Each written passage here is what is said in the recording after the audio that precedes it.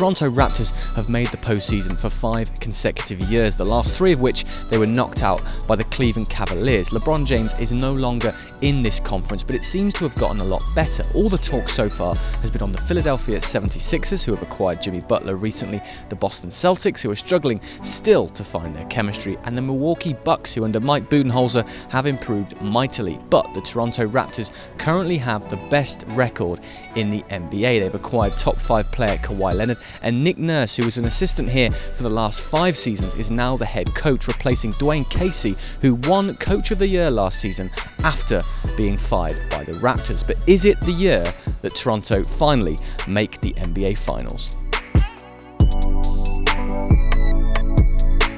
I picked Boston before the year. I'm going to stick with that. I'm going to need to see them struggle a bit more.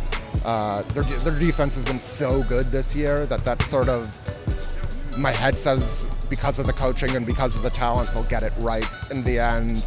Right now I'd put it, Boston just ahead of Toronto in terms of likelihood, and then Philadelphia and Milwaukee maybe a tiny step down. But really, any of those 4 come out of the East, I'm not terribly surprised.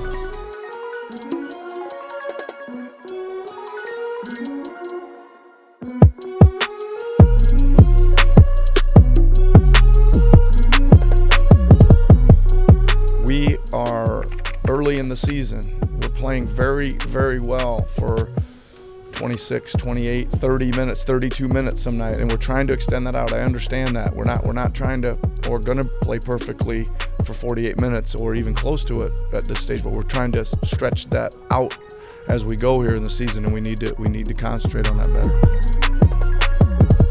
We are joined by Danny Green of the Raptors. Danny, I have to be careful here because you went to Sportscaster U at Syracuse.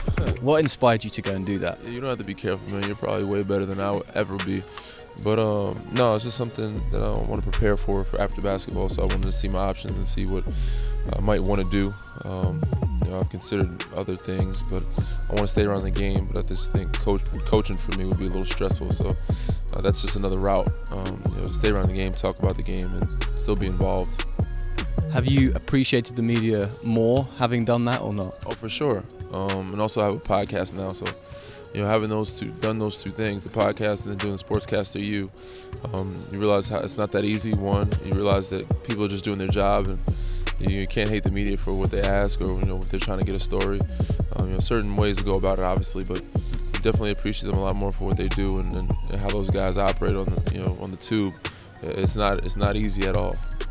You had training camp in Vancouver this season. What did expectations feel like for you coming from a successful organization in San Antonio?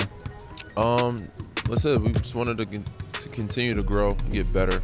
We wanted to be able to bring this team to another level, to be able to make it to the finals or Eastern Conference Finals, and be more efficient, more And regardless of the fact that we might not be talented enough at that time, we didn't know. But we just wanted to be able to bring a different type of atmosphere to the organization. I hear you were a quarterback in high school. Were you a one and done? I was a quarterback, but then when I transferred schools, I didn't have a football team anymore. And my dad kind of persuaded me to stay with indoor sports and not less physical. Even though this is a very physical contact sport, it's things that wouldn't give me as many concussions. Your head coach Nick Nurse, he played quarterback in high school as well. He actually pole vaulted as well. I did not know that. That's interesting, but he does look like a quarterback. Every time I see him, you can tell. And he always talks about how he interacted with some different coaches from other sports, and mainly football, and try to get their advice about certain things. But he's very open-minded to learning about different strategies and different people, how they operate. So it's a great thing, and I think that comes from being able to play multiple sports. Pole vaulting for sure is different. You might have gathered from the accent, I'm English. Nick Nurse spent 10 years coaching in the UK, bizarrely. I did not know that either. And I have to do more background checks on my coach, man. He used to challenge his players with pound coin shooting competitions. How does he do things differently with you guys? I think he's a little bit older now. He still probably can shoot, so he's probably not going to challenge us to shooting competitions, knowing that we have some pretty decent shooters on this team. But just every day, being on top of us, making sure that we're handling our business the right way and building great habits. That's his job as a coach, and reiterating and repeating the things that we need to get better at, and that's as a group and individually. So we'll continue to watch film. He continues to make sure we're sharp, and even when we're doing walkthroughs, making sure we're doing it the right way. I did see some wrestling belts over the summer. Was that something he gives you if you win anything during the day? Yeah, it's usually for competition things with teammates, not against the coaches, but if you win a competition throughout that day against your teammates, or you're the best at, whether it's deflections or rebounding, or getting a stick hand up, or contesting shots, or even shooting competitions, that's where those belts come from. 2 quick ones. You went to North Carolina. You beat Duke 4 times. What was the worst thing you heard from the fans when you went on the road there? Nothing crazy, like where it was offensive or derogatory, but obviously they're funny. They have some good stuff. They had good posters, high school pictures of guys, or jokes about people either being overweight or underweight or skinny, or but nothing crazy where the fact that you're talking crazy about your family or anything like that. But they were good with their chants.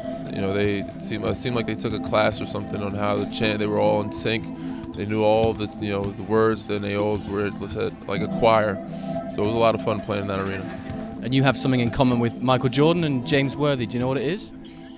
I think I do, but you can fill me in. It might be something strange. Well, you both won. You 3 of you won the NBA and the NCAA title. Does that ever come up in conversation with anyone? Yeah, actually, it has come up.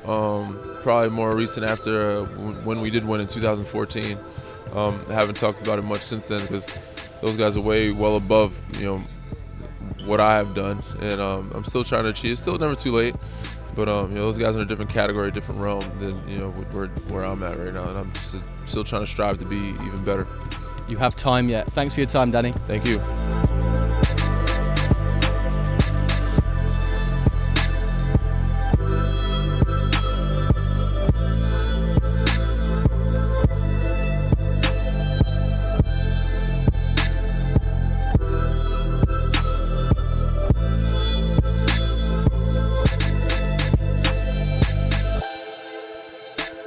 There is a fascination, though, with Nick, having coached in England for 10 seasons.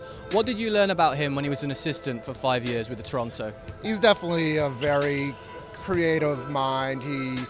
It's sort of a cliche to say he has that Houston Rockets DNA in there, but it's like a analytic mind, but not just in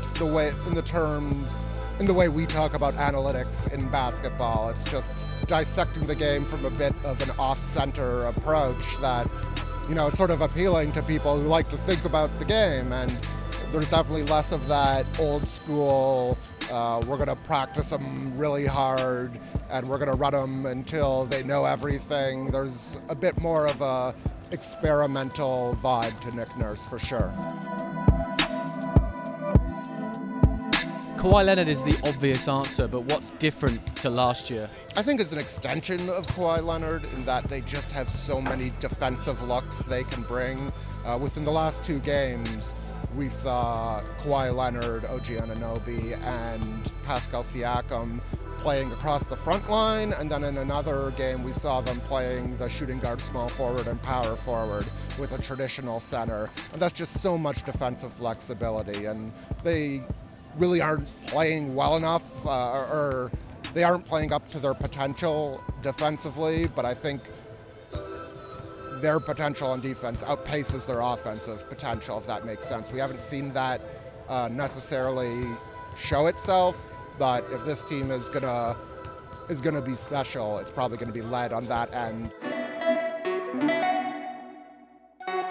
So the Boston Celtics victors in overtime over the Toronto Raptors in this game. That brings the season series between these 2 clubs to 1 apiece. I'm interested to know what everyone out there watching thinks of the Raptors. Will they make the NBA Finals this year? Because according to me at least, the Boston Celtics certainly have the deeper of the 2 squads at the moment. I think the media have contradicted themselves, surprised somewhat, by saying earlier in the season, with the Celtics not quite ticking as we expected, they had perhaps too many weapons. Well, I think Kyrie Irving and co playing like they did tonight, it's a good thing to have that many weapons on a basketball roster. But for the Raptors, I'm very impressed with the development of third-year player Pascal Siakam. Nick Nurse put him into the starting lineup this season, Born in Cameroon, only moved to the US when he was 16, his development has been fantastic. He's always had the speed, but there's an element of control to his game now, and that's worth watching. And if you are a basketball fan in the UK without an NBA team, look no further than the Raptors. Alex McKechnie, who I wrote about on GiveMeSport.com earlier this summer, he was born in Glasgow. He's now the Director of Sports Science for the Raptors. He also won 5 NBA championships with the Lakers. He's still got that Glasgow accent that we all love. Nick Nurse, of course, 10 seasons coaching in the British Basketball League, the last of which was only back in 2006 for the Brighton Bears. He was also an assistant with Team GB at the 2012 Olympics, and his assistant coach right now in Toronto, Phil Handy, once played for Nick in Manchester with the Giants back in 2000. How about that? But will the Raptors make the finals, or will it be the Celtics who get there this time around? Leave a comment below, make sure you subscribe to the channel, and from the TD Garden, good night.